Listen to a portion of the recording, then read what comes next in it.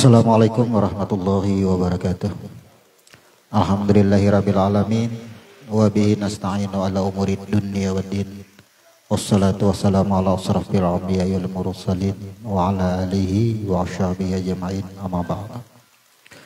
Jamaah rahimakumullah, alhamdulillah kembali kita berkumpul di kajian kita majelis ilmu tiap malam Jumat. Adapun untuk pembahasan pada malam hari ini tentunya kita akan menuntaskan bab tatawu yang minggu kemarin sudah kita susun sesuai daripada prinsip atau kaidah bahwasanya apa saja nama-nama dalam ibadah yang disebut dengan sholat, apakah itu wajib maupun sunat, dan bahkan nama-nama susunan hari, susunan bulan merupakan adalah semuanya susunan diri. Jadi makanya di dalam sebuah hadis qudsi itu yang berbunyi man arafa nafsyahu, barang siapa yang mengenal dengan diri, fakat arafa rabbahu, maka ia mengenal Tuhannya. Maka apapun di muka bumi ini tidak terlepas daripada susunan diri. Nah, itu yang kita kaji, itu yang kita telaah semuanya. Sistem atau cara kajian dari berbagai dan banyaknya tempat itu berbeda-beda metode atau cara penyampaian. Maka konsep yang sesungguhnya itu tidak berlawanan atau tidak berbenturan dengan susunan diri kita. Maka setiap kajian, sebagaimana kita ada membaca sebuah redaksi dalam kitab Ihya Ulumuddin pada bab 1 itu, seketika pernah Rasul itu keluar dari rumah, kemudian beliau melakukan perjalanan. Di dalam perjalanannya beliau menemukan sebuah perkumpulan. Kemudian beliau berhenti dan mendengarkan sejenak. Ternyata di sana sedang melaksanakan kajian atau doa-doa. Ibaratnya sekarang ini orang sedang mengadakan jikir-jikiran, atau ada yang disebut dengan acara burdahan atau manakib. Ada seperti itu. Kemudian Nabi keluar. Setelah itu Nabi kembali di dalam perkumpulan lain, berhenti sejenak. Nabi dengarkan, ternyata yang didengarkan Nabi adalah penyampaian tentang ilmu. Maka beliau masuk dan duduklah di situ. Nah, ini menandakan bahwasanya ada majelis-majelis itu bertaburan, banyak majelis berdiri, tapi ada yang disebut dengan majelis zikir. Kemudian ada yang disebut dengan majelis ilmu. Banyak. Apalagi sekarang majelis banyak berdiri, tapi isinya semua adalah kisah dan goyonan. Bahasanya apa? Cerita yang disebut dengan dongeng. Nah, kemudian di situ redaksinya berlanjut. Kata Nabi, orang yang duduk di dalam majelis ilmu itu lebih utama daripada sholat 1000 rakaat. Dan lebih utama daripada menengok 1000 orang sakit. Dan lebih utama menjenguk atau melayat takziah kepada 1000 jenazah. Luar biasa kita yang duduk di dalam majelis ilmu ini, luar biasa. Kemudian ada yang bertanya kepada Nabi, wahai Rasul, apakah lebih utama dari membaca Al-Quran? Jawab Nabi, apakah ada membawa manfaat membaca Al-Quran kalau ilmunya yang tidak ada? Ya, baca Al-Quran, ilmunya tidak ada. Maka orang-orang yang menuntut ilmu, kata Nabi, kalau kita kan belajaran ya bahasanya, kan bahasa belajaran lah, pengajian. hingga ia meninggal, maka derajat tempat akhir di surga itu hanya 1 derajat bedanya dengan para nabi. Sangat luar biasa kita. Kecuali kita sudah belajar tamat,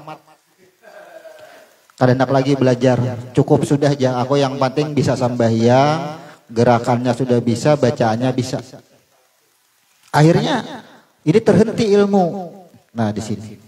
Jadi sebuah ilmu itu tidak akan cukup.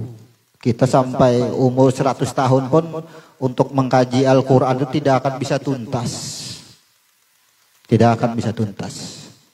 Jadi berbahagialah, bersyukurlah kita selalu dengan niat bahwasanya ingin menuntut ilmu.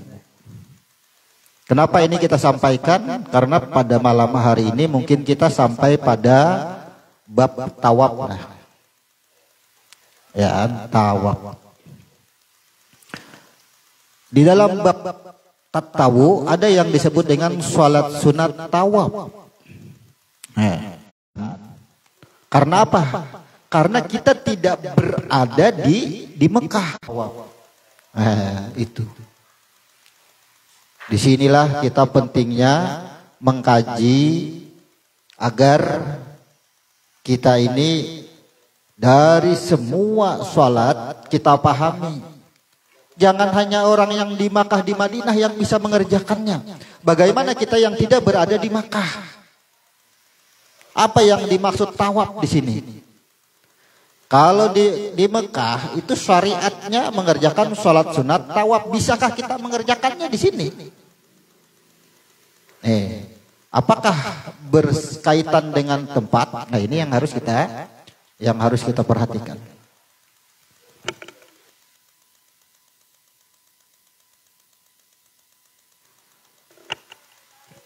Jadi kita lanjut. Nanti kita akan rinci lagi, kita ulang semuanya. Biar ringkas, sebagaimana kita juga tadi malam menyampaikan, karena ini ada kaitannya dengan Mi'raj. Semua salat itu didapatkan ketika Isra Mi'raj. Maka gambaran Mi'raj itu kenapa Nabi di dalam perjalanannya itu mencapai 7 langit, 7 tempat. Yang disebut langit-langit itu kan 7 kali tingkat habis sadar, artinya batas kesadaran. Langit bahasa atas tuh jika kita berpikir hal yang kecil kemudian menemukan kepada hal yang besar, naik habis besar sudah sama itu. Nah, semua gambaran di situ adalah gambaran tentang susunan diri kita hingga bertemu. Nah sekarang kita kembali ke tentang tawaf. Kita mengulang sedikit. Karena sehabis tawaf ini baru yang disebut dengan ihram. Kita mengulang sedikit.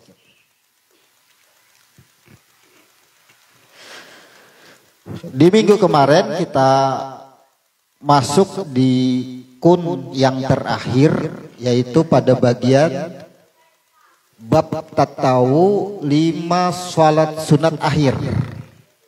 Jadi ini kalau di tubuh kita ini andakannya di bagian kaki, maka kaki itu bahasa sindiran. Sindiran itu kan kaki itu kan sifatnya melangkah menuju. Berarti ini bagian kaki mengarah kemana? Arah akhir hidup. Maka semua kehidupan kita titik akhirnya adalah yang disebut dengan taubat. Sholat sunat taubat itu bolehkah dikerjakan setiap waktu? Pastinya boleh. Karena setiap akhir kehidupan itu batasnya adalah taubat. Sebagaimana Jibril mendatangi Nabi Muhammad dan meminta agar sampaikan kepada umatmu yang barang siapa hidupnya atau selama hidupnya ia berbuat zalim, tapi di akhir hidup atau napasnya ia bertaubat, maka aku ampuni. Ini taubat. Maka sholat taubat ini hakikatnya ini roh ini sudah hendak keluar sudah.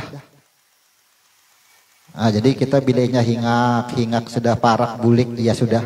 Ini disebut dengan taubat.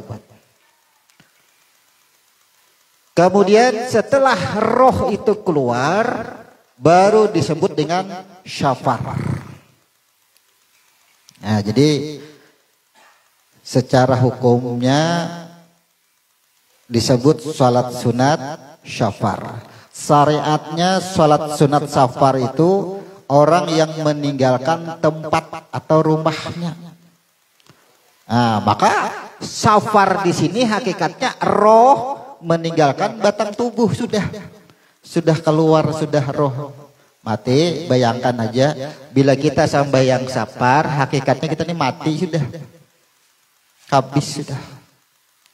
Dari mana? Coba kita lihat dari hurufnya. Ada huruf syad, fa dan ra. Setelah roh itu keluar, kemana arah roh? Ia menuju huruf ra yang disebut dengan ampunan Tuhan. Makanya surga karena rahmatku. Nih.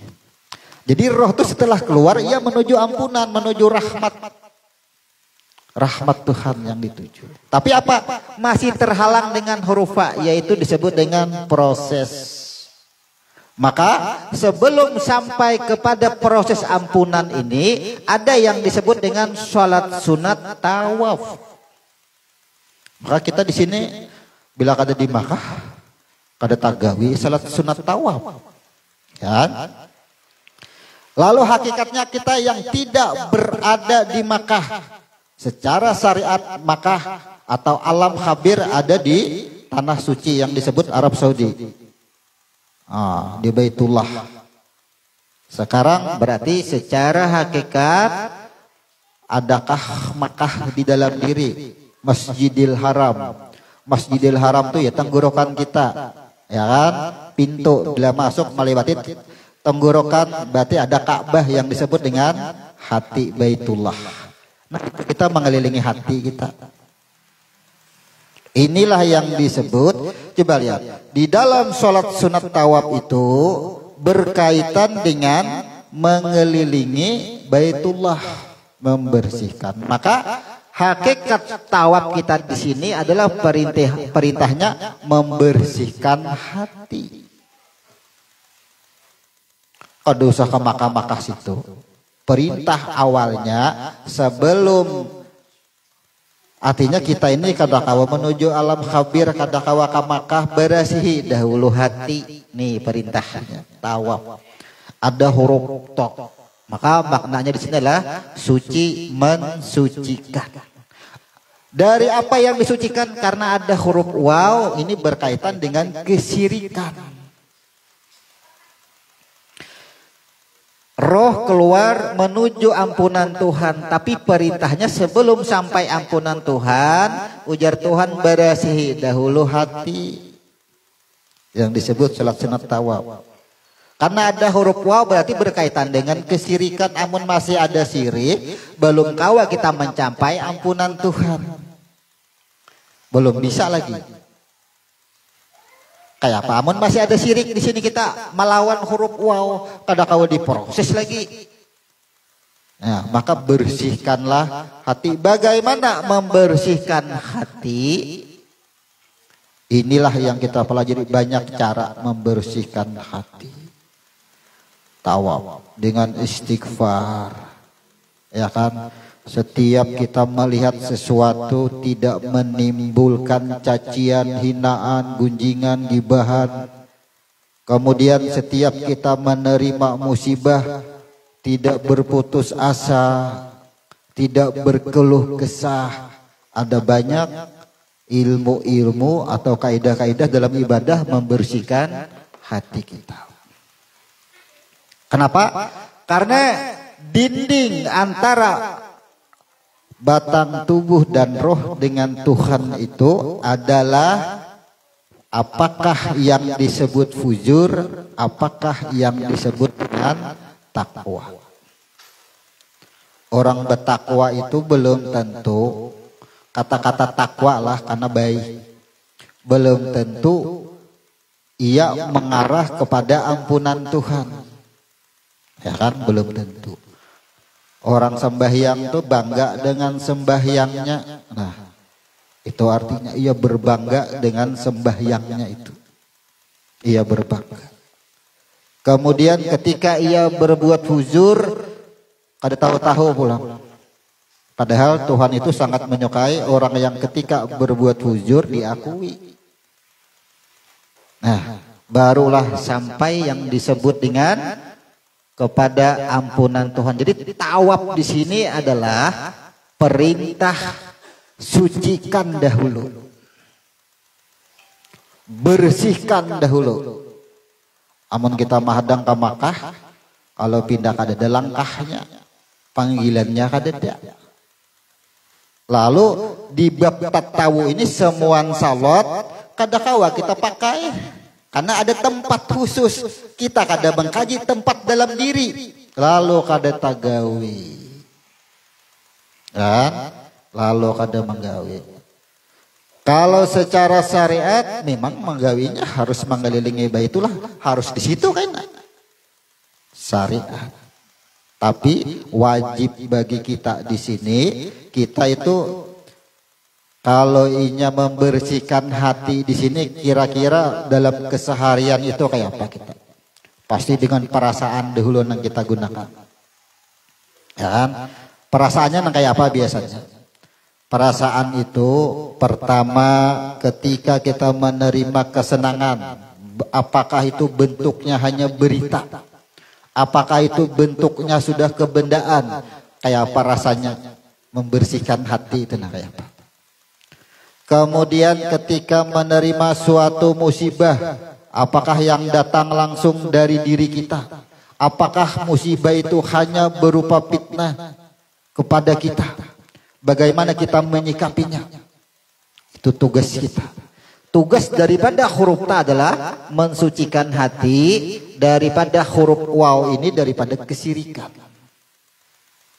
Karena ada banyak permasalahan di dalam kehidupan itu, akhir-akhir ujung-ujungnya ya kan tidak sabar dengan doa.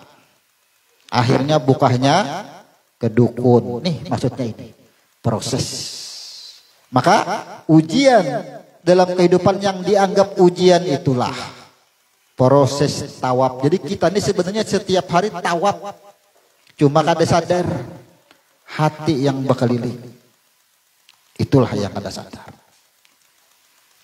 Rumus daripada kehidupan setelah roh keluar, ia menuju ampunan Tuhan.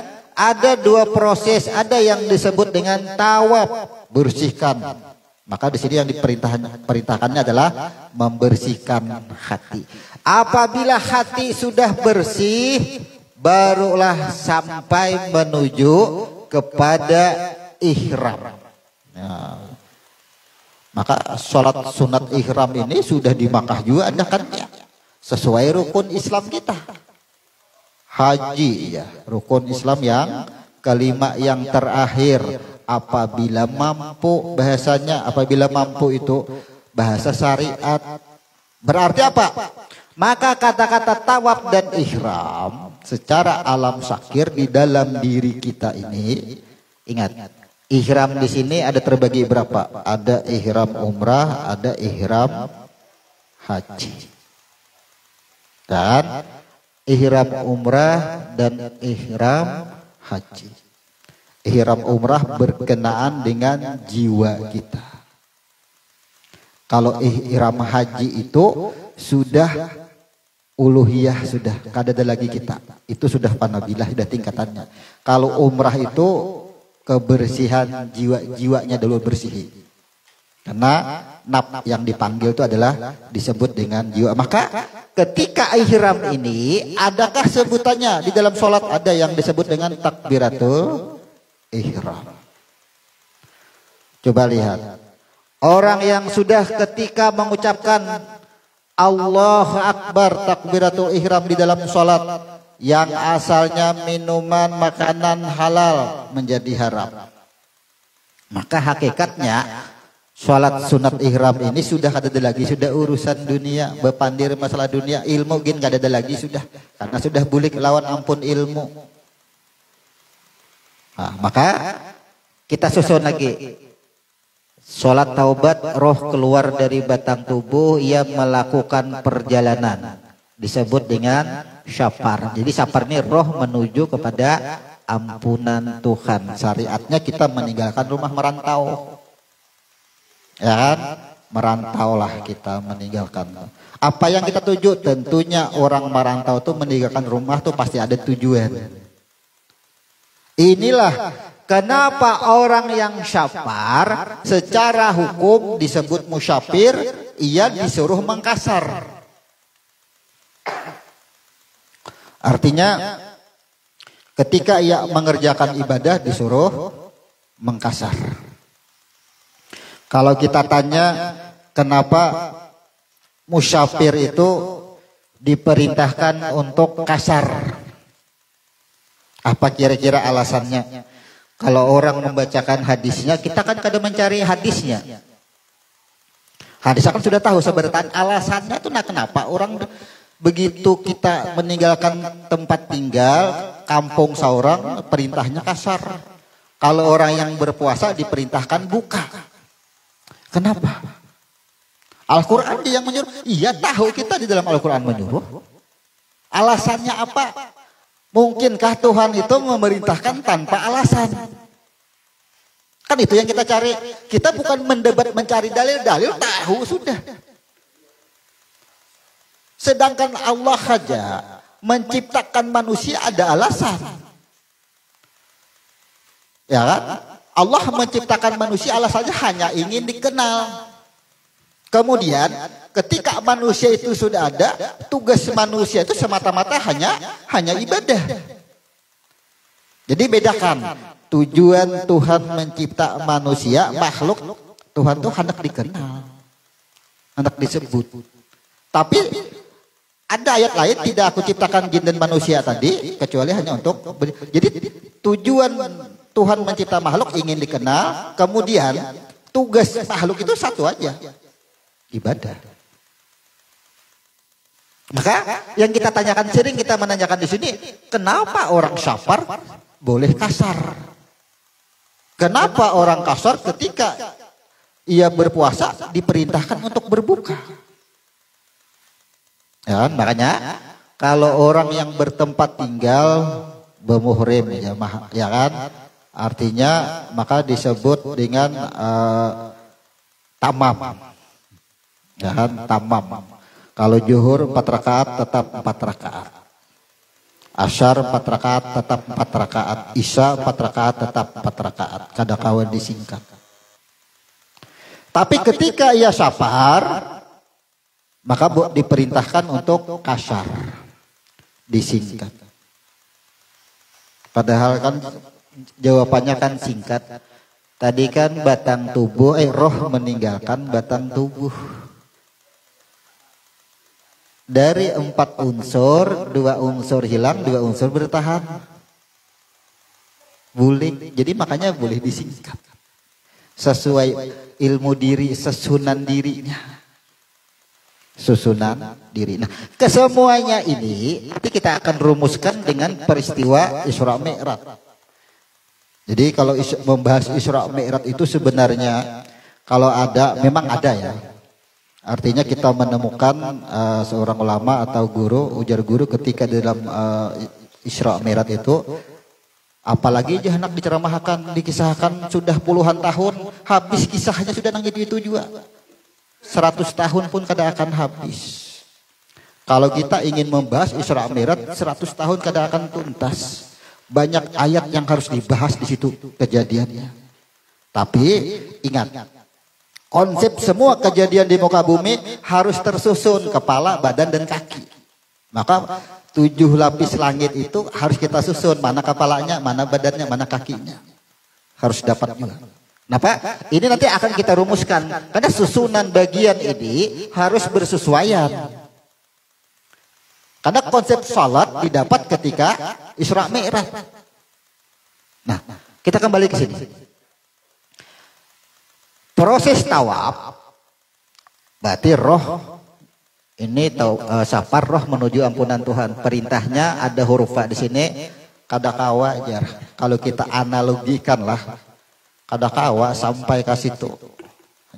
Bilainya ke situ dia harus bersih. Syaratnya ada, harus bersih. Nah ini tawaf syaratnya nih.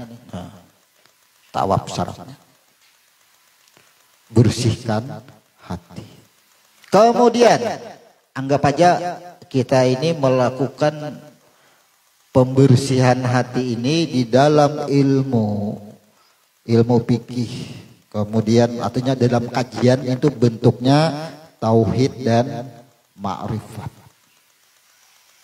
Kalau kada belajar ilmu tauhid, kada belajar ma'rifat, kawalah dicapai tawaf nih kira-kira. Hanya belajar syariatnya aja, tidak mungkin bisa bersih. Jadi tujuan kita mengkaji ini adalah untuk membersihkan hati. Sekarang rasakan di dalam tawaf tadi, hati yang dibersihkan ketika sudah bersih disebut dengan ihram. Alif, ha, ra dan mim, jiwa yang bersih sudah bersih jiwa. Itu ihram, itu pembersihan jiwa. Ada yang disebut dengan ihram umrah, ada ihram haji. Kalau jiwa itu bersih, kita lihat keseharian kita. Lihat bagaimana ia mendengar, bagaimana ketika ia melihat, bagaimana ketika ia berperilaku. Itu jiwa yang bersih. Contoh, kalau bujur-bujur jiwa itu bersih, bagaimana ia merespon ketika ia mendapat musibah, bagaimana ia merespon ketika ia mendapat kesenangan. Tuh, membersihkan jiwa kita. Semuanya itu ujian keduanya. Diuji dengan kebahagiaan, diuji dengan kesusahan. Bagaimana merespon. Apabila benar-benar bersih, barulah ini disebut dengan ihram. Kalau ihram orang itu masalah kejiwaan. Kalau ihram haji berarti pandangan. Kalau sudah menyangkut pandangan, berarti menyangkut kepada walillahil masyriq wal maghrib. Fainama tuwalu fasyama wajhullah. Kada ada lagi pandangan yang lain. Pandangan itu bukan hanya pandangan secara pandangan penglihatan. Ia mendengar apapun, banyak jenis bunyi-bunyian. Ia lihat apapun, banyak bentuk dan rupanya. Kayak apa duduknya wajhullah itu. Tidak ada lagi pandangan yang lain. Semua adalah wajahku, kata Allah. Kata-kata wajah itu jangan dibayangkan muha. Ya kan? Karena identitas. Nah, maka tercapai ihram, sebutan ihram kita di sini. Kita ini akhir bila hendak bulik itu yang ini dulu nanti dicapai. Kemudian kalau sudah ihram berada di sholat sunat ihram secara syariat, secara hakikatnya semua sami'un basirun, kudrat kita kada ada lagi sudah bahasanya. Ada keakuan tuh kada ada lagi, karena kalau sudah ihram ini haram sudah. Tak akui, tak tuduh, apapun haram sudah. Apalagi kan habis pilpres kan. Kalau sudah Allah takdirkan si anu yang jadi, pilpres ini tipuan aja. Pencoblosan itu sama kayak makan. Akhirnya apa? Iya jadi karena dicoblos bukan itu. Sudah Allah takdirkan itu. Bukan karena coblosan. Sudah ditakdirkan, apa kita ribut? Sama, itu tipuan semua. Allah jadikan rasa lapar, datangkan rasa lapar sehingga kita makan. Kan di situ maksudnya. Apa kita? Sudah ada ketentuannya. Akal pikir kita, nalar kita di situ. Maka kalau kita menuduh ya kan kepada sebab tadi nih ihram nih nah kan Secara hukum pulang. Akal pikir menentukan kenyang tadi karena makan. Ya, akal pikir. Nah, sah maksudnya. Tapi kita bertahan di situ. Haram jadinya. Karena meniadakan Allah. Itu yang dimaksud dengan ihram. Bagaimana kita mengihramkan kita? Mun mahadang ke Makkah ada ihram kena kita. Setiap hari kita ihram. Maka anggap aja kita amaliyah kita ini dalam pandangan, pendengaran dan hal semuanya. Kada ada tuduhan lain lagi sudah. Fujur takwanya kada ada gitu tuduhan dia sudah. Barulah disebut dengan Ramadan. Bulik sudah jatuh. Jadi sampai di ihram ini berarti sudah dinyatakan sama dengan pengakuan ana antallah. Nah, bebulik ke asal. Jadi bila sudah di ihram nih ana antallah. Tuhan berbuat ke sini disebut dengan Ramadan. Di mana dasarnya Ramadan berakhir kepada huruf nun. Akhir itu. Nah, jadi tingkatan bab tatawu ini maksudnya tatawu ini sholat sunat. Jadi sudah kita susun mana bagian kepala ada 4 sholat intizar atau sembahyang hajat. Amun intizar orang-orangnya nang tahu. Yalah. Keumumannya disebut dengan sholat hajat. Sholat hajat. Kemudian ada yang disebut istikharah, ada tahajud dan witir itu kepala andakannya.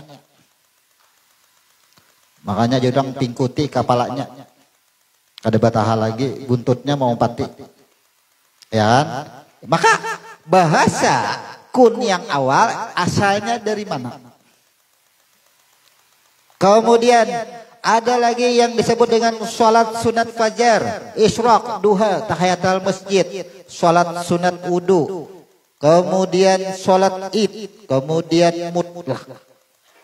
Mutlak bagi diri makhluk adalah doa dan zikir. Doa itu mutlak bagi makhluk, kalau kita bahasakan kita pindah. Mutlak bagi setiap makhluk adalah ia menunggu balasan, menerima balasan. Syaratnya adalah zikir. Zikir artinya ingat menemui Tuhan. Mutlak ada lagi yang lain. Makanya disebut dengan ibadah nih sebutannya. Bila sudah bertemuan Tuhan disebut istisqa. Istisqa dimintai Tuhan pulang sini karena sudah bertemuan tadi bujur juga kah ingat lawan aku jar Tuhan istisqa jadi peristiwa istisqa itu persaksian lagi. Setelah itu baru kusyuk artinya pertemuan karena ini sudah ingat pertemuan sudah ana antallah tapi di sini peristiwanya syahadat asyhadu alla ilaha illallah wa asyhadu anna muhammadar rasulullah karena ini bagian badan sudah ini anggap aja ini kita di sini seberataan saat ini nih ya kan ini dunia kita nih seberataan nih karena bila terjadi gerhana ingatakan bahwasanya teguran apa tagurnya gerhana ini kan jika kita keluar pada rumah tapi ingat bulik jarang bulik ya toh gerhana tuh ya kan bila jarang bulik gerhana ngaranya kalau tapi ingat jarang ya ada ingat diri gerhana ngaranya adalah sholatnya sudah sembahyang gerhana udah berasih pulang babulik pulang ini sadang bulik ya Tuhan nih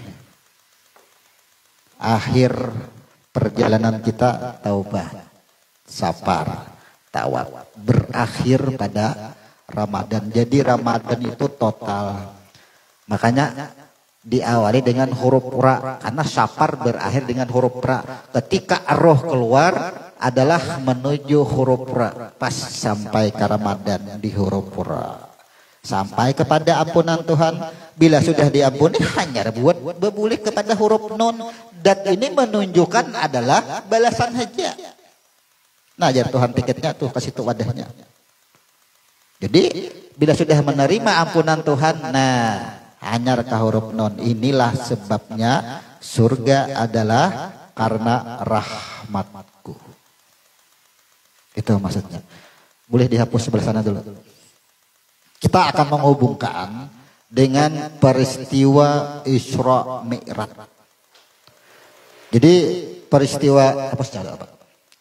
Peristiwa Isra Mi'raj itu kalau kita gambarkan, kawa kada kita susun dengan ilmu diri. Ya, dengan versi ilmu diri, mana bagian kepalanya, mana badannya dan mana kakinya. Coba kita susun. Karena kita pun sudah mengkaji sambil pada bahagian yang lain sebelumnya kita sudah mengeluarkan suatu tarikat yang disebut dengan tarikat Al-A'raf 54. Pian buka aja ayat 54 surah apapun surahnya pasti berkaitan dengan hal-hal penjahiran. Cek. Surah Al-A'raf ayat 54. Ini kita sebagai pembuktian dulu. Allah lahul khalqu wal amr tabarakallahu rabbul alamin. Dinyatakan di sana, ingat. Siapa nang ampun urusan, ampun penciptaan, sarahkan lawan aku ujar Tuhan. Maka semuanya kalau sudah menjadi urusan Tuhan, kita jangan umpat campur, jangan mengambil urusannya, mudah bagi kita. Sekarang buka lagi surah As-Sad ayat 54. Silahkan buka surah As-Sad ayat 54, disambung sesungguhnya oleh surah As-Sad ayat 54. Kita buka. Kalau Al-Quran sekarang kita buka di HP aja. Itu mudah. Surah Syad ayat 54. Inna haza la rizquna mallahu min nafa. Apa ujar Tuhan di situ? Sungguh inilah rezeki dari kami yang tidak ada habis-habisnya. Cek aja. Jadi sebenarnya kalau ingin menterjemah Al-Quran itu kada banyak. Apapun ayatnya, bunyinya, inya kada kawa keluar dari 1 sampai 9. Bila inya 1 sampai 3 itu urusan pengembalian dengan urusan ketuhanan. Cek aja ayatnya. Misalnya ayat 1 sampai ayat 3 mau 21, mau 71, mau 61, mau 51. Bilainya 5 dengan 1. Ini urusannya sesuatu yang bersangkut paut dengan urusan Tuhan. Harus bulik lawan Tuhan. Bilainya tadi yang 54, ini urusan Tuhan kepada hambanya. Ada nang urusan Tuhan mutlak.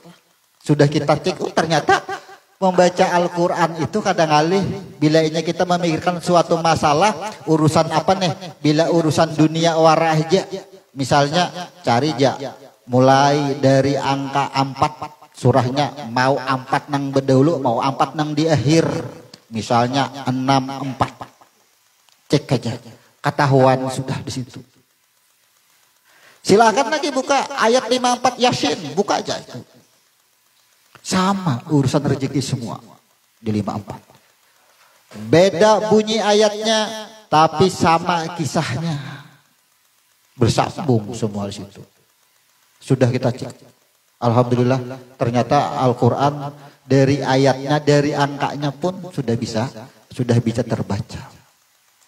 Silakan bunyi ayat berbeda-beda. Tapi maknanya kisahnya sama di nomor yang sama. Itu sudah kita coba.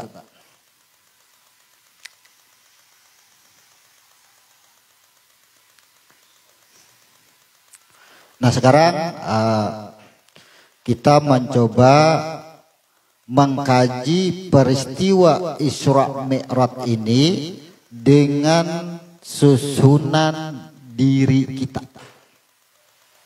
Ya, bagaimana kita bisa mengkaji peristiwa Isra Mi'raj dengan susunan diri kita. Peristiwa Isra Mi'raj ada tujuh tahapan. Kalau orang menyebut 7 langit, ialah langit pertama, kedua, ketiga. Lalu kita tulis ini peristiwa Mi'raj.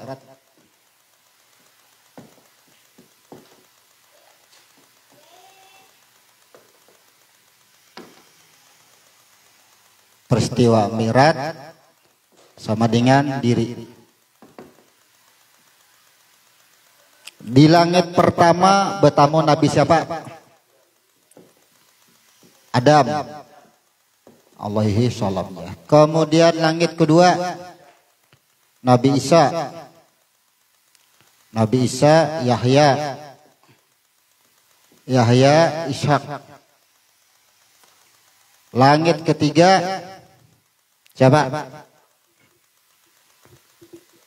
Siapa langit ketiga? Nabi Yusuf.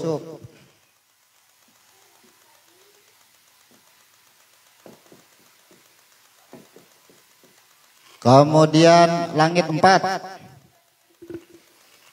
Kita mengkaji dulu Nabi Idris.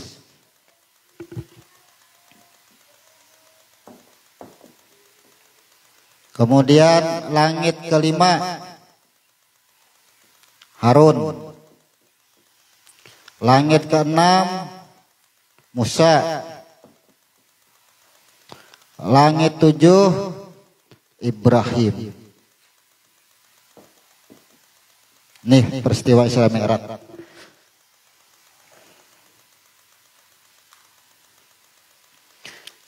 Kita kadang membahas hal yang lain, cuma kita mempertanyakan kenapa peristiwa Isra Mi'raj itu yang dilalui ada 7 tahapan. Dan setiap tahapan itu dipertemukan dengan para nabi. Berarti hiduplah nabi nih waktu itu. Kan bertemuan. Banyak pertanyaan ke situ. Tapi kita hanya cari maknanya, kisahnya. Kenapa peristiwa Isra Mi'raj itu Tuhan menemukan Nabi Muhammad di langit pertama dengan Adam, di langit kedua dengan Isa, di langit ketiga dengan Nabi Yusuf, di langit keempat dengan Nabi Idris, di langit kelima dengan Harun, di langit keenam dengan Musa, dan langit ketujuh dengan Ibrahim. Kenapa Tuhan mengadakan itu? Ya, coba kita lihat. Di langit pertama Allah mempertemukan dengan Nabi Adam. Ingat konsep atau kaidah diri, kepala, badan, dan kaki. Tujuan Mi'raj, ya kan? Tujuan Mi'raj itu sudah artinya bertemu, sudah. Yalah.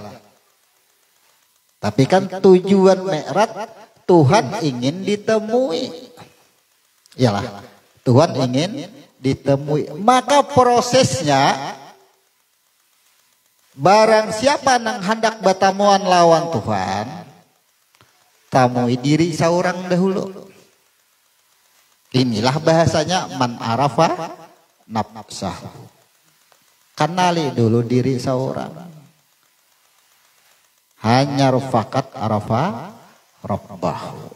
Jadi tujuan peristiwa ini Allah ingin dikenal, ingin ditemui.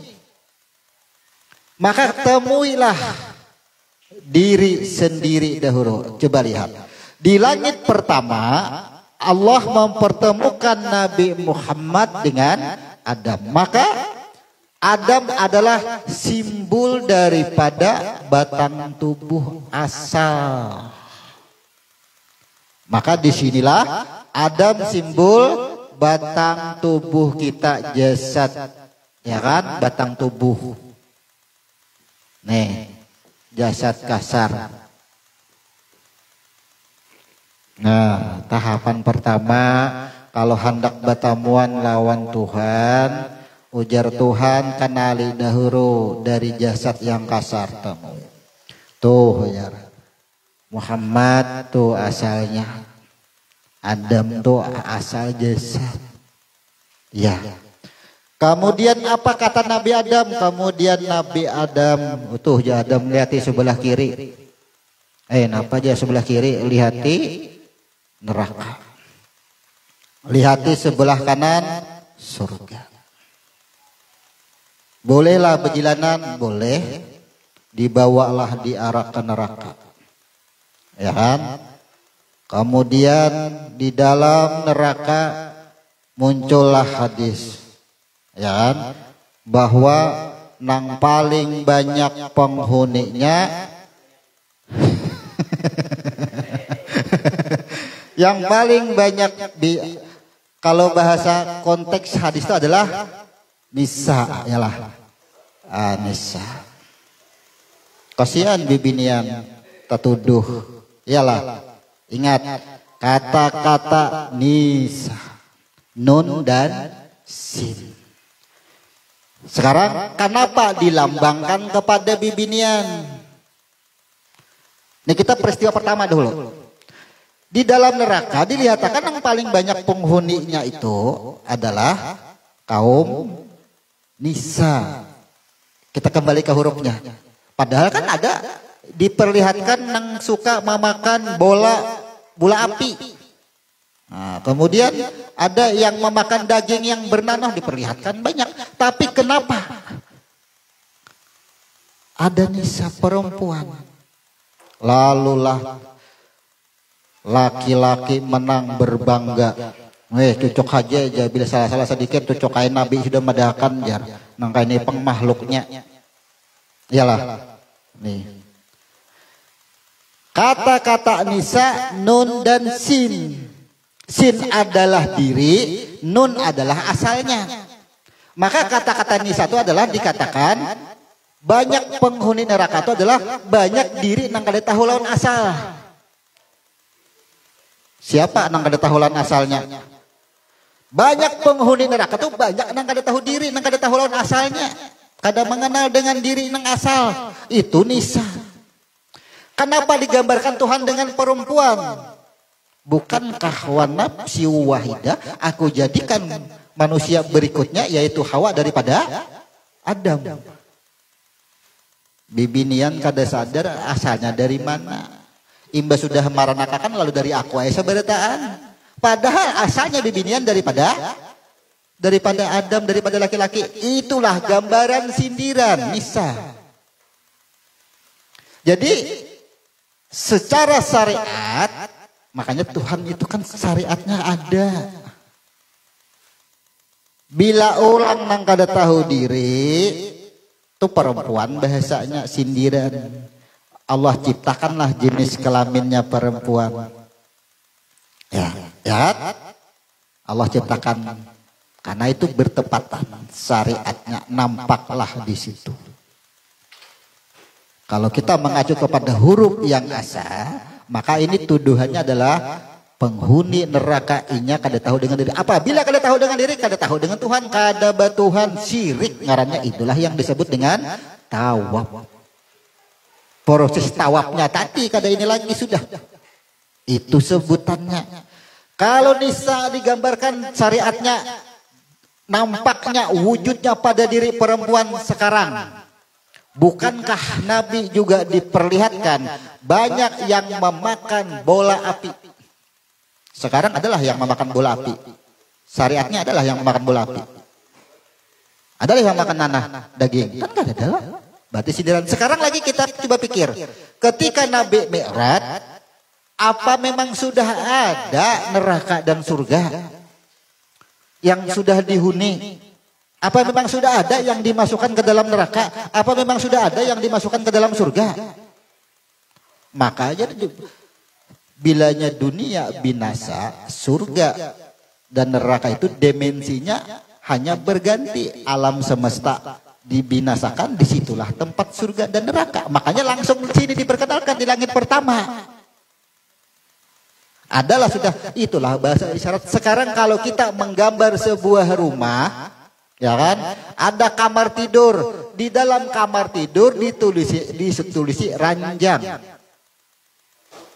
ya kan, maka konteks ranjang itu mengaculah kepada merek, adalah LG mereknya, spring bed adalah kada ditulis, cuma ini ranjang. Setelah ranjang itu rumah jadi, tentulah ranjang itu memakai merek itu tidak tentu, tapi tatap ranjang juga sebutannya sama. Digambarkanlah, diperlihatkanlah di neraka itu kaum perempuan, kaum nisa tadi. Kita menyebutnya lebih baik nisa, kalau perempuan kasihan perempuan. Ya kan, nisa itu orang yang kada tahu diri, orang kada bertuhan. Tentulah. Al-Waqiah lagi, lihat golongan yang ketiga. Golongan yang ketiga, bahwa manusia tuh mati 3 golongan. Golongan yang ketiga, kada ada berhisap lagi, kada becek-cek lagi, yaitu kaum kafir, mati langsung. Itulah banyak penghuninya. Nisa tuh kaum nisa, kaum nang lupa diri. Hakikat. Tapi syariatnya, wujudnya nisa adalah pada bentang tubuh perempuan. Ya kan? Itu maksudnya. Jadi intinya sindiran. Bila kada tahu lawan diri, jelas sudah. Nah itu. Jadi kita mengenali dahulu. Maka di langit pertama ini hakikatnya kita kenal sudah batang tubuh kita. Oh inikah? Ternyata batang tubuhku ini dari Adam, dari tanah. Kenal sudah. Maka ini hakikatnya sama dengan penciptaan Adam nang awal. Kenallah kita sudah. Hiduplah sudah, belum hidup lagi. Barulah Nabi dinaikkan lagi, diberangkatkan ke langit kedua. Singgah bertamuan lawan Isa, Yahya dan Isa, keluargaan aja orang nih. Sekeluargaan, sabadang sanakan, sabupuannya berdataan di sininya aja. Apa kaitannya? Maka Isa ini berkaitan dengan nyawa atau roh. Berkaitanlah di situ. Kenapa ditemukan dengan Isa, dengan Yahya, dengan Isa? Cek, silahkan ceklah peristiwa atau kemukjizatan tentang para nabi Yahya dan Ishak. Cek aja situ. Cek silahkan. Maka disinilah bahasanya. Ingat, penciptaan alam semesta itu didahului dengan kalam. Ya kan? Kalam ada yang dimaksud dengan qada dan qadar. Jadi peristiwa antara langit satu dan langit kedua, Allah menceritakan batang tubuh yang kasar, kemudian Allah menghembuskan rohnya setelah Allah menetapkan qada dan qadarnya. Jadi lambang Yahya dan Ishak ini sebenarnya lambang nahlah jabilanya roh kutiupakan di Ishak. Imba sudah roh kutiupakan kaina banyak nang engkau lalui begini. Nah itu ceritanya. Maka silahkan baca sejarah Yahya dan Ishak. Namun kita membaca itu kebanyakan panjang. Silahkan baca itu. Itu sebagai pembuktian. Maka di sini adalah jadilah. Nah, yang disebut dengan ini penciptaan pertama disebut dengan kun yang pertama. Jadilah awal. Jadi manusia. Atau jadilah makhluk. Ketika makhluk itu ada, maka ia akan berproses. Nah, disinilah lagi kita yang disebut dengan Nabi Yusuf. Anggap aja lah sampai di langit kedua ini penciptaan kita tuh sudah sempurna. Lahirlah kita ke bumi, beraktivitaslah kita. Beraktivitas kita. Di dalam manusia beraktivitas itu, ya, sejarah Isra Mi'raj di langit ketiga ditamukan dengan Nabi Yusuf. Apa mukjizatnya Nabi Yusuf? Ini ra'aitu ahada asra kawkaba wasyamsa wal qamar. Bulan, matahari tunduk. Bahwa Yusuf simbol daripada penaklukan bulan dan matahari. Apa yang terjadi sejarahnya dengan Nabi Yusuf? Difitnah. Ya kan? Kemudian dibuat dalam sumur. Ayo. Tuh isyarat Allah menggambarkan cerita diri kita itu di dalam Isra Mi'raj inilah. Lalu apa yang bisa kita petik daripada hikmahnya ketika Nabi berada di langit ketiga? Inilah yang disebut dengan khusyuk. Ada kalau salat kusuf samsu kamar. Itulah ujar Tuhan, pa manusia hidup itu yang pertama kusuf samsu. Inya merasa hidup, mengakui akan kehidupan, terjadilah gerhana matahari. Bujur kada kira-kira. Ini kan ini peristiwa kehidupan. Nabi Yusuf ini menggambarkan aja.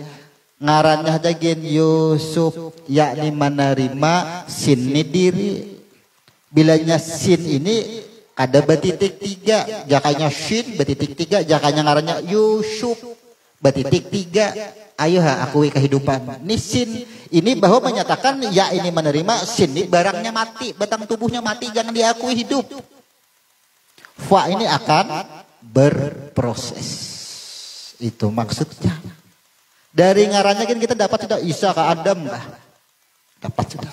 Jadi kita mengkaji peristiwa, semua peristiwa di muka bumi ini dengan konsep ilmu diri sesuai Iqra kitab baka, bacalah kitabmu, bacalah dirimu sendiri. Betamuan tuh semua. Nah sekarang disinilah yang disebut kusuf. Dari mana dapatnya kusuf? Ini ra'aitu ahada al-sara kawkaba wasyamsa wal tunduk lawan Nabi Yusuf. Kenapa itu kan jadi Allah itu menceritakan sesuatu kejadian, suatu akibat dengan bahasa syariat, dengan bahasa hakikat keduanya. Ternyata manusia menjalani itu kusuf keduanya. Yang pertama terjadilah gerhana matahari. Kenapa terjadi gerhana matahari? Banyak manusia yang lupa keakuan terus. Gerhana matahari. Kenapa gerhana matahari disimbolkan dengan keakuan tentang kehidupan? Karena matahari lambangnya adalah sumber kehidupan. Kemudian kenapa terjadi gerhana bulan? Bulan menyangkut masalah hati. Coba aja.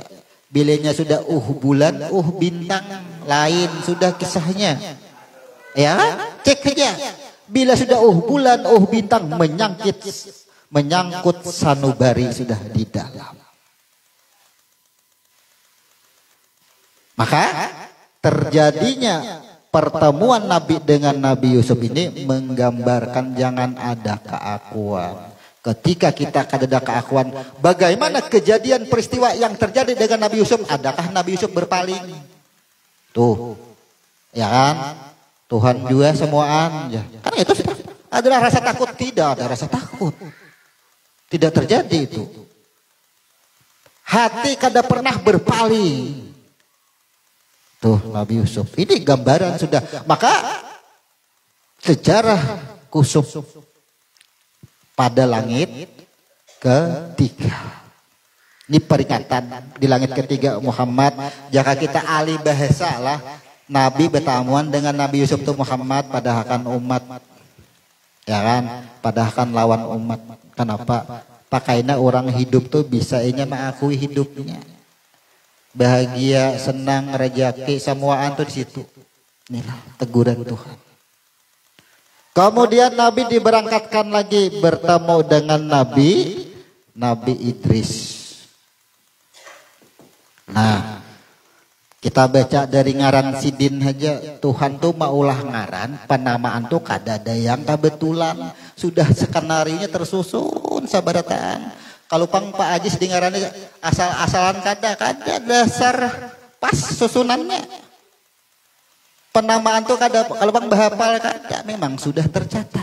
Kita membuktikan dari nama. Apa garang arti Idris? Alif, Dal, Ra, dan Sin. Nabi Idris ini artinya balasan yang nyata sudah. Yaitu ampunan Tuhan. Diri yang dibalas dengan ampunan Tuhan. Cek sejarah Nabi Idris, ternyata Nabi Idris itu bermohon dan menetap diambil ruhnya, ditetap di dalam surga. Kadang lagi bulik sih dia. Ya kan? Nabi Idris berdakwah, ia kuat apa semuanya. Kenapa? Ia menetapkan diri. Itu lambang Nabi Idris. Dan hanya Nabi Idris saja ketika diperlihatkan neraka, beliau siup. Kada purun melihat Nabi Idris. Nah, maka lambang Nabi Idris ini adalah orang yang berketetapan. Kalau Nabi Yusuf ini orang yang tahu diri. Iyalah, ada keakuan di Nabi Yusuf. Musibah apapun. Sekarang kalau di Nabi Idris ini sudah berketetapan. Kalau orang yang sudah berketetapan ini di mana andakannya? Coba kita cek di mana aja andakannya. Maka menuju ke langit kelima. Ingatlah kalau Harun ini apa juga? Ini kita hanya dapat kepalanya, awaknya sampai di mana kada tahu lagi. Ya kan?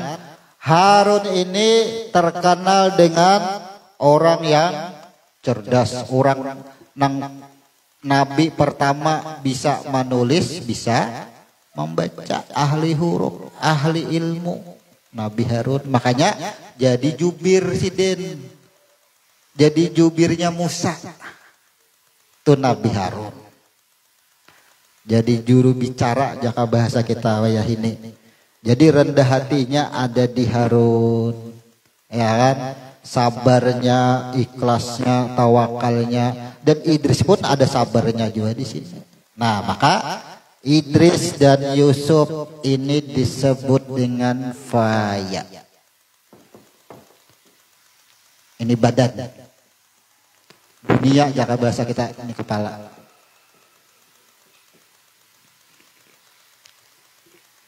Nah, di Nabi Harun peristiwa sama kita dengan peristiwa kun yang terakhir dari Taubat, Safar, kemudian Tawaf, Ihram dan Ramadan. Arah bulik sudah ke Harun ini.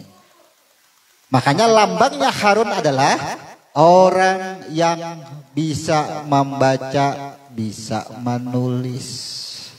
Sudah mengacu kepada ilmu. Jadi ini ilmu bulik. Nah, lalu kita gambarkan di sini. Ini kun yang terakhir.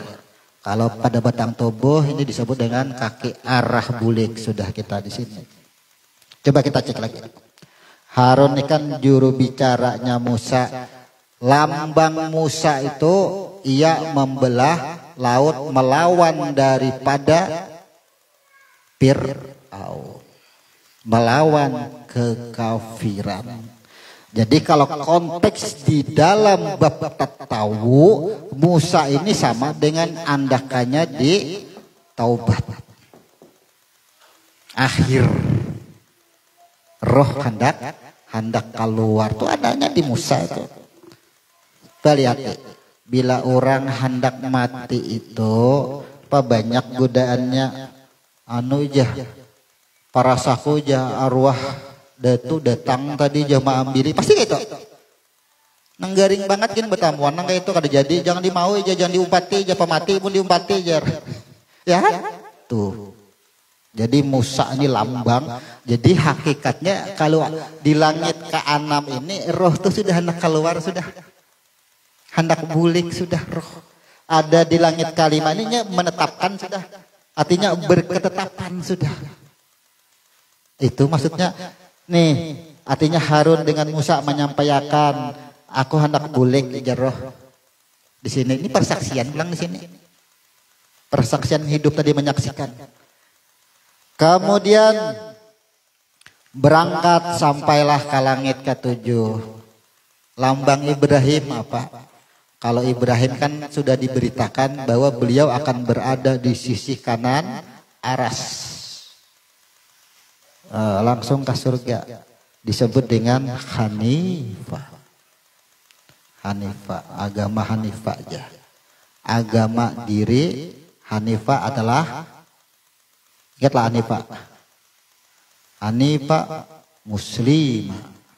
Apa bedanya Hanifah dengan muslimah? Kalau muslim artinya masih nang berjuang, ya kan? Jiwa-jiwa nang selamat masih berjuang hanya mencari rahmat. Tapi orang Hanifah sudah kada sama sekali keakuan sudah. Orang nang fana bilah bujur-bujur sudah. Orang nang titik ikhlas habis sudah.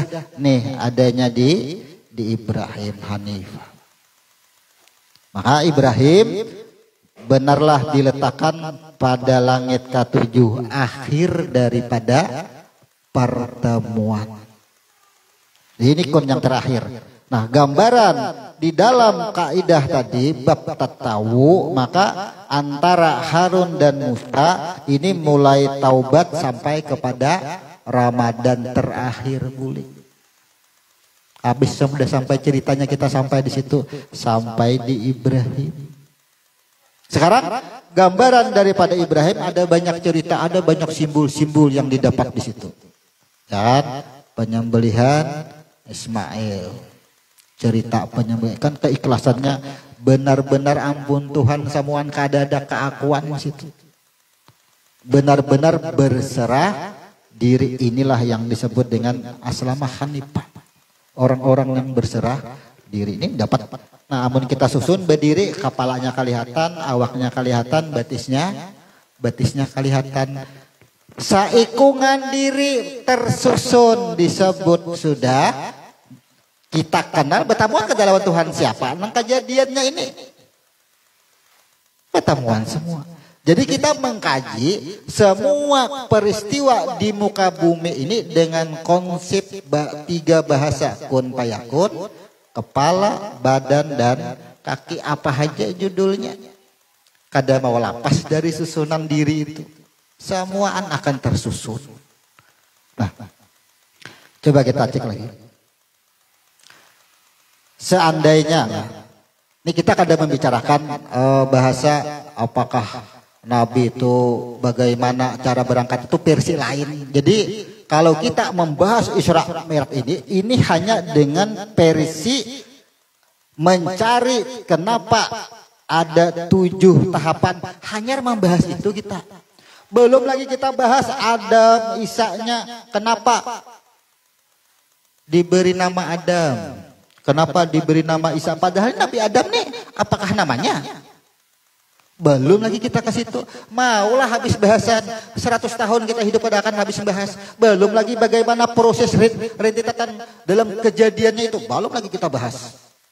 Masih banyak itu pembahasan itu.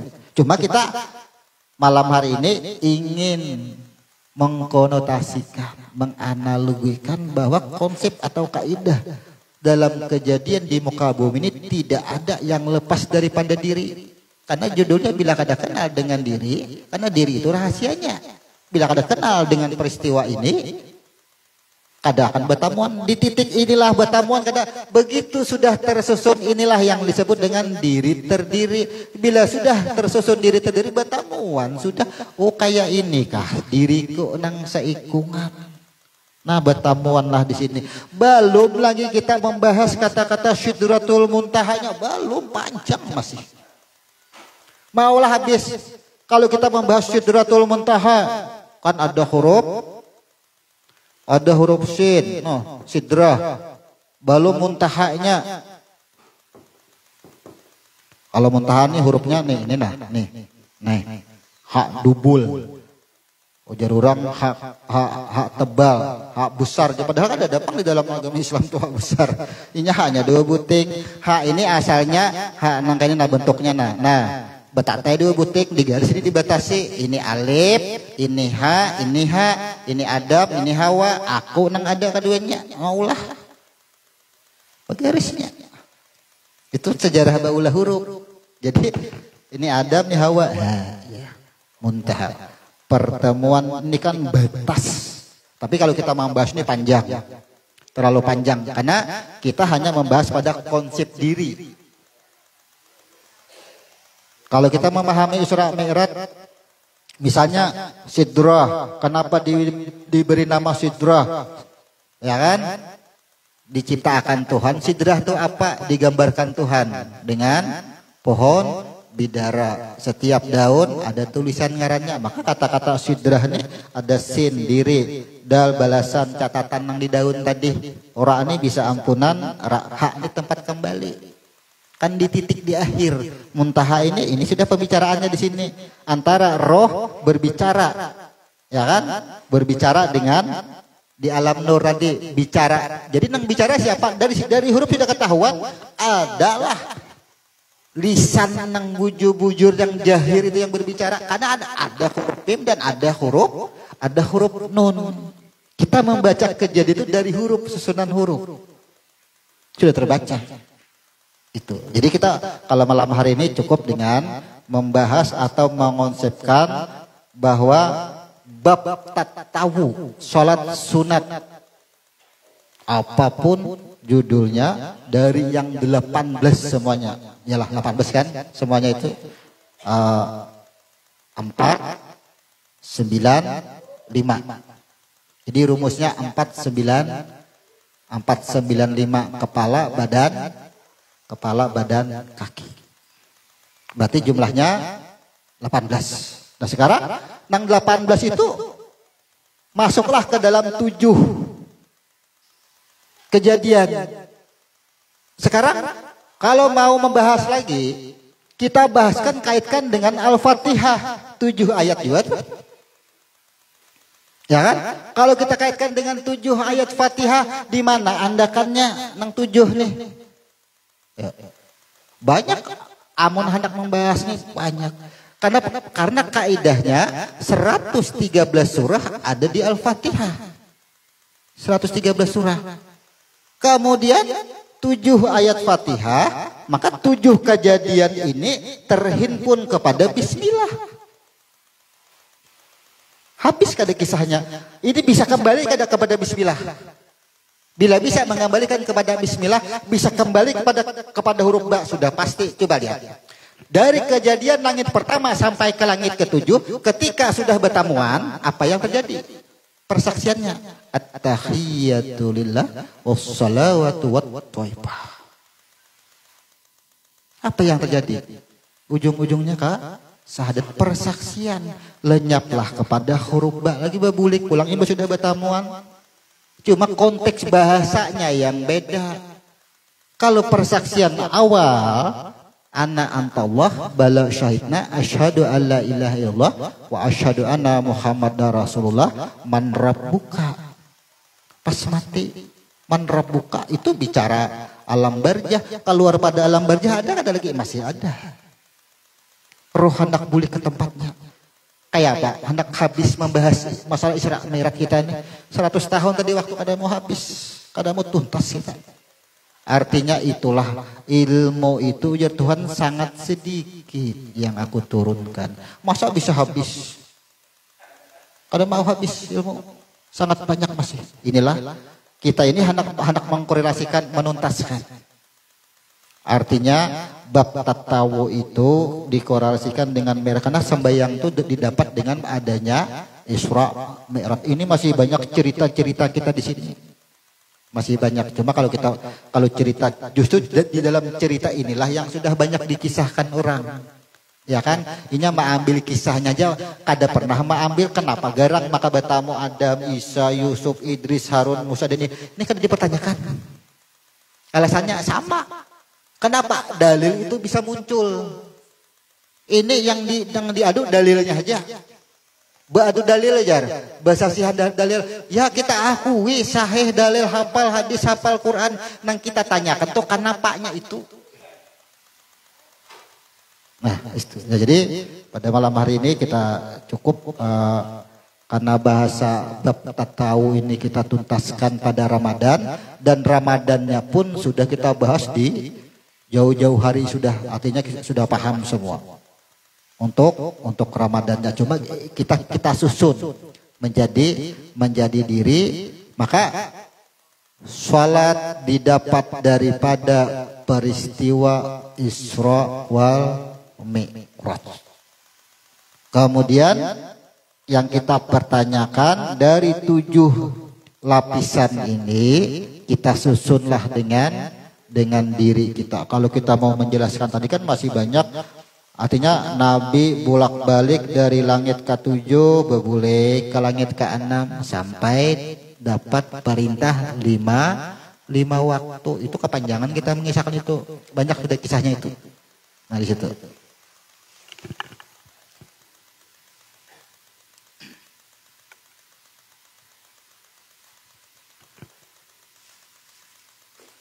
Jadi ini kesimpulan dari beberapa bulan kita membahas tentang bab tatawu atau pasal sholat sunat.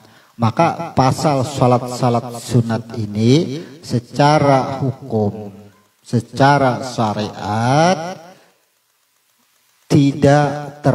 artinya tidak terhalang pada tempat.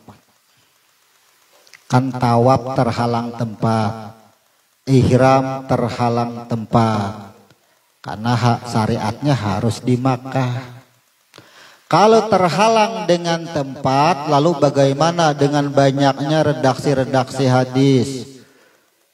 Bagi seorang istri, bagi seorang perempuan yang menyuguhkan air, yang menyuguhkan makanan, bernilai lebih baik daripada 1000 kali umrah, 1000 kali haji. Bagaimana dengan itu? Itu maksudnya bahwasanya untuk nilai secara alam khabir ia beribadah di tempat yang memang secara syariat disyariatkan di tempat situ, ya kan? Maka bagi orang yang tidak berada di tempat situ pun mendapatkan nilai yang sama, tapi mengenal tempat di dalam diri. Kita kenal dulu semua, itulah terjadinya korban, ya, makanya korban itu terjadi. Ada yang betujuh, nih, kenapa? Yang betujuh orang yang berada di tanah suci. Itu sama dengan ini. Bab syarat tahu ini bagaimana ihram dan tawaf hakikatnya. Jadi orang yang di luar tanah ini ia berkorban, hakikatnya apa? Hakikatnya yang diambil adalah hanifahnya itu, ikhlasnya itu.